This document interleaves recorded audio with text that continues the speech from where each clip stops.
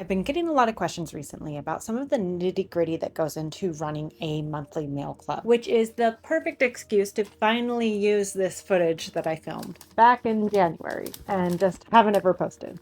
So you may have noticed mail clubs have been having a little bit of a moment, which I absolutely love. I am in way too many mail clubs. I love being in them and getting them. I am maybe in like 15. I am in quite a few of them. And then I also run my own monthly design and mail club. So something that I would say is the artists that I've seen have the most success with their mail clubs, including myself, are people who go in it with a very direct set of goals. Also that have realistic expectations for how big it's going to be. Most people are not going to end up with a very large mail club, and I think that's actually a good thing. If you're thinking you want to start a mail club because you just think it will be an easy way to make money, you are basically thinking of like a streaming service. People are getting very fatigued with reoccurring charges. So if you're not doing something that makes your stuff seem special and worth it, they're not going to join. I personally like joining art clubs where it's new work being created instead of old stuff that's being regurgitated in a new like print format, unless it's a situation where you have like a high ticket item and you make it custom, but they're able to do it in a payment plan. I've seen that work for some ceramicists and it's really fun and really cool.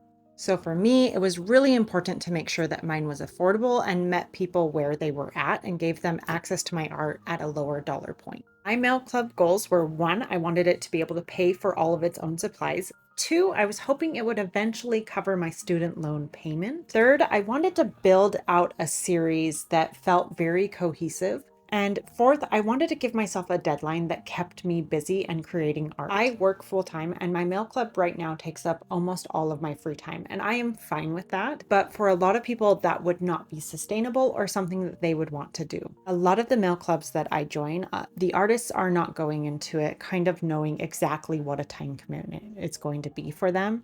And I think they frequently think it's going to be easy money and not a lot of work, which means they either burn out from it and stop it early, or they raise their prices really quick. For my goals, I was able to do the first one, so I was able to cover costs pretty quick. And yes, I was building a series and creating a lot of new art, but I was not fully covering my student loans for maybe a year and a half. And my student loan payment is not that big, but it really did take a while for me to get to a point where all four of those goals were happening. My mail club is in no way big enough that it would be something that I could quit my full-time job. And most months I am putting in 50 to 60 hours worth of work. And that's just my art creation time, not editing videos.